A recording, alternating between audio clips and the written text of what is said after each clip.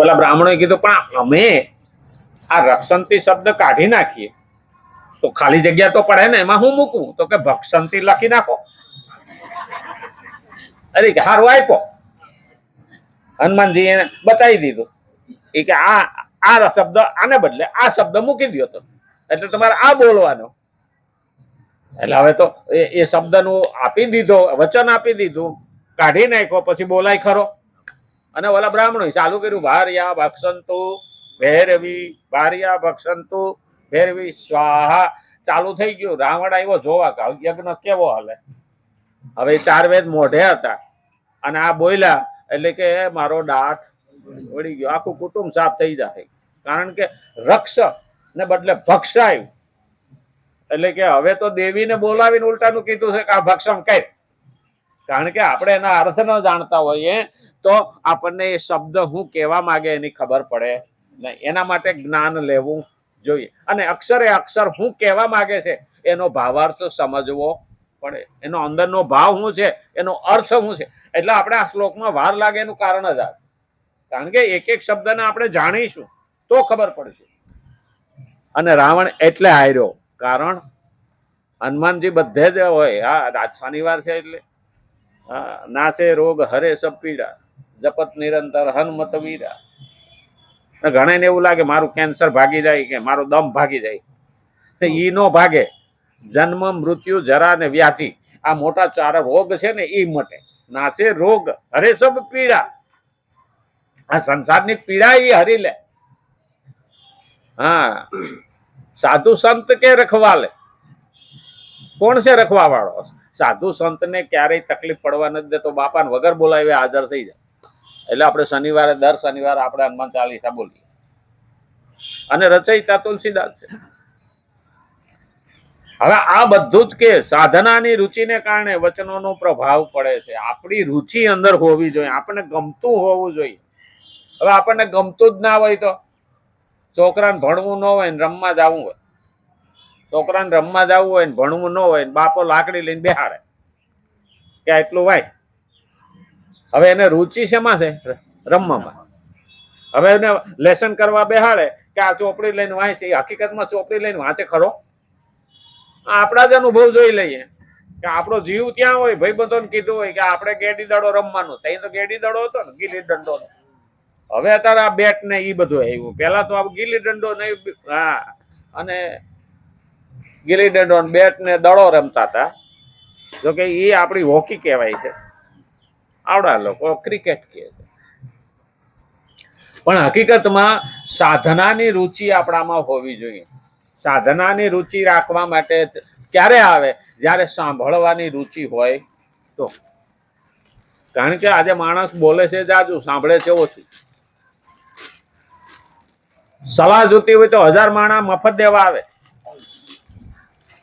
પણ 1000 સલાહ દીધા પછી અમલ કરવા વાળો એકય નથી.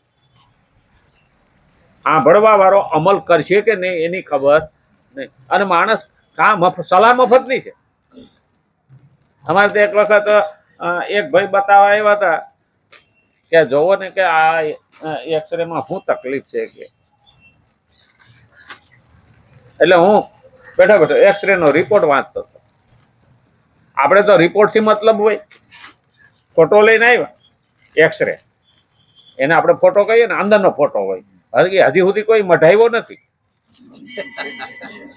હા, કે હા 2002 ની સાલમાં કે હું પડ્યો તો ફ્રેક્ચર થયું હતું ને આ એનો ફોટો છે. એવો તો કોઈ બતાવે નહીં. આલ્બમ રાખે પણ પેલો ઉપર નો રાખે, અંદર નો રાખે નહીં. અંદર કે જોયા જેવું નથી. એક્સરે લઈને પેલો આવ્યો હતો ને, એક ભાઈ બીજો દવા લેવા આવ્યો ને, એટલે આમ એક્સરે ઉપાડીને મીડ્યો જોવા. મને કે આ બધું હળી ગયું છે કે. ઓલાની કે આ ધોળું છે એ હળી ગયું ને કાળું છે એ સારું છે કે. અરે તને તો ટીબી થઈ ગઈ. ઓલો ઢીલો પડી ગયો. ફોટો ઓલા જેનો ફોટો હતો, એક્સરે હતો ને, એ ઢીલો પડી ગયો. મેં કીધું તું કેમ ઢીલો પડ્યો? એ કે આ કે છે ને હળી ગયો. હું કઈ ડોક્ટર છે? એ રેડિયોલોજી છે, એને એક્સરે માં શું ખબર પડે? મેં કીધું તું કહેશો આને ટીબી છે, આ હળી ગયું એમ કહેશો. હું કહું આ ફોટો જ કમરનો છે. તું આ ફેફસાનું ક્યાં લઈને બેઠો? આમાં ફેફસા તો કઈ છે નહીં. એ કે એવું છે? એ કે તો આવીશ. હવે તો એવી એવી સલાહ દેવાની હું જરૂર, પણ જેનો વિષય નથી એમાં માથું મારવાની લોકોને ટેવ હોય. પહેલું યાદ રાખવું જોઈએ, એમાં ડાપણ દોઢ ડાપણ કરાય. જે આપણી લાઈન હોય ને એ કહીએ તો વાંધો, પણ દરેકમાં ચાંચ બોલે ને એટલે ડખો થાય. પણ આપણે એ જેનું હું નથી જાણતો એ ન કેવું હોય તો ઘણું બધું જાણવું પડે. હું નથી જાણતો જો એમ ન કેવું હોય ને તો ઘણું બધું જાણવું પડે. જાણવા માટે સાંભળવું પડે, સાંભળવા માટે જ્ઞાન લેવું પડે, અને જ્ઞાન લીધા પછી એ સાંભળ્યા પછી જ આપણે એનો જવાબ આપી શકીએ, પણ દાપણ કરાય નહીં. અને એટલે જ કીધું, હવે ભગવાન આગળના 3 શ્લોકોમાં પોતાનું ઉદાહરણ દઈને લોક સંગ્રહની પુષ્ટિ કરે. ભગવાન પોતાનું ઉદાહરણ દે. નમે પાર્થાસ્તિ કર્તવ્યમ ત્રિષુ લોકેષુ કિંચન નાનવાપ્તમ આવપ્તવ્યમ વર્ત એવ ચ કર્મણિ. હે પાર્થ, पार्थ में त्रिषु लोकेषु न किंचन कर्तव्यम अस्ति च न आवप्तव्यम अनवाप्तम कर्मणि एव वर्ते. એટલી બધી સંધિ છૂટી પાડવી છે, એક એક શબ્દ લેવા પડે ને. ઘણી વખત તો જીભાઈ હરકી વળે નહીં. સંસ્કૃતમાં પાછો આડખો. ભગવાન એનું કે છે, ગુજરાતી એ અર્થ થાય, હે પાર્થ, મારે 3 લોકોમાં ન તો કશું કર્તવ્ય છે અને ન કશી એ પ્રાપ્ત કરવા જેવી વસ્તુ અપ્રાપ્ત છે, છતાંય હું કર્તવ્ય અને કર્મમાં જ પ્રવૃત્ત રહું. અહીંયા ભગવાને પોતાનું ઉદાહરણ દીધું. મારે ત્રિલોકમાં કાંઈ લેવાનું દેવાનું નથી, મારે કાંઈ લેવું છે, મારે કાંઈ જોઈતું નથી. ભગવાન કે હે પાર્થ, મારે 3 લોકોમાં, હા 3 ભુવન, 3 લોક, આકાશ, પાતાળ ને પૃથ્વી, મારે કાંઈ લેવાનું નથી. લોકોમાં ન તો કશું કર્તવ્ય છે, મારે કાંઈ કરવાનું નથી, અને ન કશી એ પ્રાપ્ત કરવા જેવી વસ્તુ છે. કારણ કે એનાથી કોઈ વસ્તુ અજાણતો છે નહીં. ભગવાને ભાગવતમાં વાત આવે છે ને કે ભગવાને માટી ખાધી. હવે માટી ખાધી તો દાઉભાઈએ ફરિયાદ કરી જશોદામાં. એટલે માતાજી ખીજાણ, કાન પકડીને કીધું, માટી ખાધી? મેં નહીં માટી ખાઈ, મેં માટી નથી ખાધી. હવે દાઉભાઈ લાલ ચોળ થઈ ગયા. મેં જોયું છે ને આ ખોટું બોલે, મેં માટી નથી ખાધી કે. હવે જો હા પાડે તો માતાજી મારે, ના પાડે તો દાઉભાઈ આખી જાય, મેં નહીં માટી ખાઈ. એટલે માતાજીને મોઢું ખોલ્યું એટલે બ્રહ્માંડ દેખાય. આખું બ્રહ્માંડ જોયું એટલે માતાજી આભા બની ગયા કે અરે આ તો ત્રિલોકનો નાથ છે, આની તો પૂજા કરવાની હોય, મેં આનો ક્યાં કાન પકડ્યો. પણ માયાને તરત ભગવાને કીધું કે મારી માને ખબર પડી ગઈ છે હું કોણ છું. માયા તું એની ઉપર આરૂઢ થઈ જા. એટલે માતાજીને માયાએ અસર કરીને હાય કે લાલા મને તો કુંદાણ હું થઈ ગયું છે કે લોકોને રાતે સપના આવે, મને ધોળે દાડે સપના આવે છે. માયા વર્ગી. પણ એનો કહેવાનો ભાવાર્થ શું હતો? ભગવાને એ બતાવ્યું માતાજીને કે મારી અંદર આખી બ્રહ્માંડ છે અને હું બ્રહ્માંડમાં છું, તો મારાથી અલગ વસ્તુ નથી, તો મેં ખાધી ક્યાંથી હોય? હવે જલેબી અલગ કહેવાય તો આપણે ખાઈએ, સમોસા અલગ કહેવાય તો આપણે ખાઈએ, પણ આપણાથી અલગ જ નથી, એ મેં ખાધું ક્યાંથી હોય? ભગવાન કે એ તત્વજ્ઞાન કહેવા માંગે છે કે હું બ્રહ્માંડથી અલગ નથી અને બ્રહ્માંડ મારાથી અલગ નથી. થયું કે નથી? આ હકીકતમાં એ દેખાડવાનું કે મેં ખાધું ક્યારે હોય કે હું અલગ હોઉં તો. ભગવાન કે આ પૃથ્વી માટી છે એ હું જ છું, મારામાં જ છે અને હું એનામાં છું. એટલે આપણે કણે કણમાં ભગવાન છે એવું કહીએ ને, સર્વવ્યાપી ભગવાન છે એવું કહીએ. આ એનું મહત્વ છે. પણ ભાગવતમાં આપણે આટલી જ વાત સાંભળીએ છીએ કે માતાજીએ કાન પકડ્યો, મોઢું ખોલાયું, બ્રહ્માંડ દેખાય.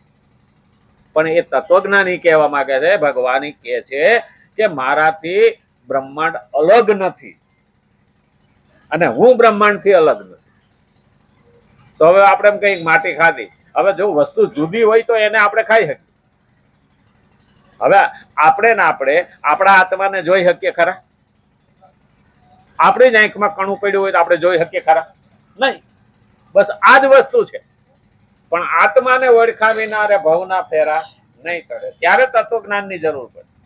તત્વને જાણવા માટે જે જ્ઞાન આવે છે એને ફિલોસોફી કહેવાય અંગ્રેજી, તત્વજ્ઞાન. પણ તત્વજ્ઞાન સમજવા માટે તર્ક જ્ઞાનની જરૂર પડે.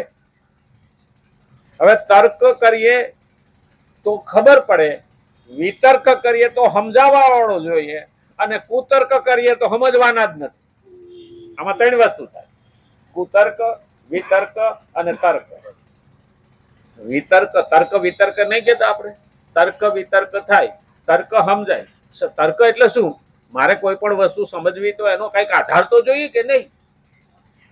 તો આપણને પહેલું તર્ક સમજાવે છે કે ભગવાને આ સૃષ્ટિ બનાવી, તો ભગવાન તો દેખાતો નથી.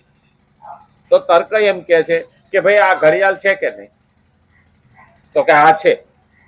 હવે આ ઘડિયાળ છે એ કોઈક બનાવનાર તો હોય છે જ ને, બનાવ્યા વિના તો બનતી નથી ને. એ બરોબર, તો બનાવનારો દેખાય છે નહીં. આ મતલબ છે. તર્ક એ કે છે ભગવાન છે, પણ ભગવાનની બનાવેલી વસ્તુ દેખાય છે, પણ ભગવાન દેખાતો નથી. એટલે ભગવાન તો છે, બનાવનાર તો કોઈ છે, આપણને બનાવનારો તો કોઈ છે. આપણે એમ કહીએ કે ના ના હું તો મારી માની પેટે જઈને, પણ એની બનાવટ કરી કોણે? તૈયારી કરી કોણે? આ બધું બનાવ્યું કોને? અરે હોતું છે કે તો એમના માયલા કરે. અરે હું એમના માયલા કરે? હીરો હોન્ડા વાળો છે, એમને બીબા સાયપા કરે તો નંબર પ્લેટ મારવી પડે કે ન મારવી પડે? તો આપણે કપાળમાં નંબર પ્લેટ મારવી પડશે જો બીબા છપાતા હોત તો. આપણને ભગવાને અલગથી ઘડ્યા છે, એટલે દરેકના ચહેરા અલગ. આપણે એમ કહીએ ને કે તમે એના જેવા છો, પણ એ તો નથી. જરાક પણ ફેર તો રાખ્યો જ છે ભગવાને. 1 કરોડે 1 માણસ ભળતો આવે, પણ એ નથી, આવું કહી શકીએ આપણે. હા, એ ખરેખર તો આ બનાવનારો કેવો હોય છે? નથી હારી આંખો એ ખરખી બનાવી, નથી અવાજ એ ખરખો બનાવ્યો, નથી દાંત એ ખરખા બનાવ્યા, નથી આંગળીની રેખાઓ એ ખરખી બનાવી. ખરેખર આમ જોવા જઈએ ને તો ભગવાને આ કળા બહુ મહત્વની કરી છે, પણ આપણે આ બનાવનારને ભૂલી જઈએ છીએ, બનેલાને જોઈએ છે. નાના કે હા, રોટલાથી કામ, ટપાકાથી શું કામ? આપણે નહીં ગામડામાં કહેતા, કેટલા ટપાકા રોટલો થયો એ નહીં જોવો. બનાવનારને પહેલા યાદ કરવો જોઈએ કે વાહ પ્રભુ, ત્યાં લોકોના આ જીવન કેવા બનાવ્યા છે. નદી નાળા, આ વસંત આવ્યો લ્યો, હવે અત્યારે મળશે નવી નવી કૂંપડો ફૂટવા. વગર વરસાદે લીલું છમ આખું જંગલ થઈ જાય.